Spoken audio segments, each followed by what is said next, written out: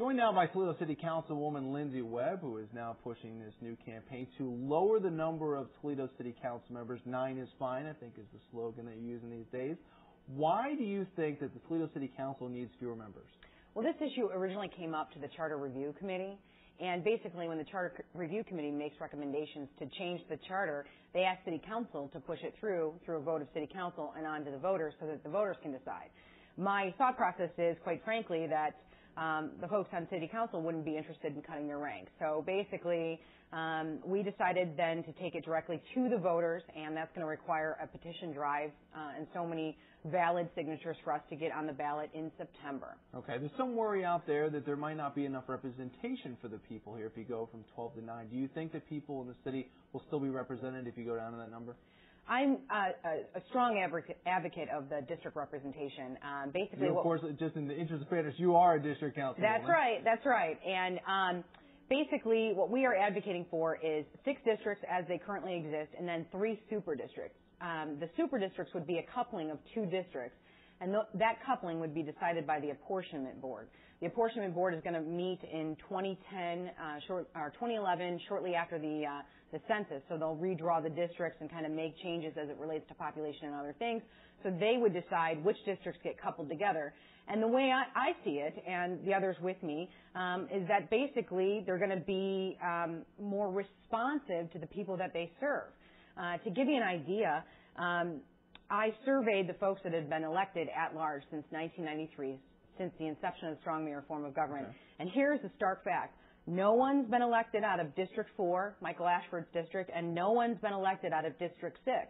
And they pretty much live in West Toledo and in the South End. So there's this over-representation on City Council in the West and in the South, and an under-representation in parts Central and North and West. All right, so from that balance you're talking about there, are there any city council people that are really looking at the city as a whole and watching everything, or is everybody more talking about districts? Well, they love to say that. They want to talk about how we would be advocates for parochial issues. But let me tell you this, I cast votes on the Erie Street Market and the budget, and I've had to look at the big picture alongside of my colleagues. And so I feel that district representatives would be able to do that. And by having a 9-member city council, the mayor could not extend a veto.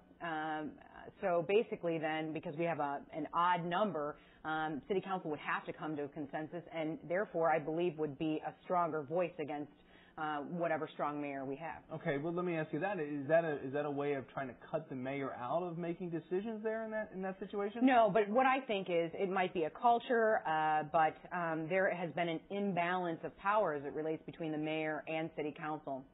And there are a couple other changes I would like to make, but I think that this is one that needs to go before the voters, and since we're talking about 10% of the electorate, the last election was my election, and the voter turnout wasn't exactly sky high, so our threshold's lower, so carpe diem, seize the day. If it does get on the ballot, which one are you envisioning? Coming up in November or September? We would put it on the September ballot, and what would happen is, as many people that wanted to run for city council, this is how it would work ordinarily. Whoever wants to run for city council gets their name on the ballot with the requisite number of signatures, and then 12 move to the November general election on that ballot, and then 6 are elected. So it's the top 6 vote getters. In this scenario, what we're saying is whoever wants to run, and then 6 will move to the November general election, and only 3 would be elected, and they would be elected at large. So for a 2-year term. So they could live anywhere for this 2-year term. And then in 2011, then everyone would be on the ballot, and if you are an at-large member and you want to continue to serve on city council, you should live in one of the requisite super districts. One final thing, this is going to create head-to-head competition. Folks clearly remember my race against David Ball. They remember his stances and my stances. In the at-large races, it becomes a little less clear. They sort of run in a pack. If we go to this super district format, it will require head-to-head competition. And by providing head-to-head competition, then you're going to get a better quality candidate. It's also going to be cheaper to run. Joe McNamara spent $100,000 getting elected to city council a couple years ago. So that is a barrier to good candidates. So here is an opportunity for more everyday folks to step up and provide public service. Okay. Thank you very much, Toledo City Councilwoman Lindsay Webb. And that is tonight.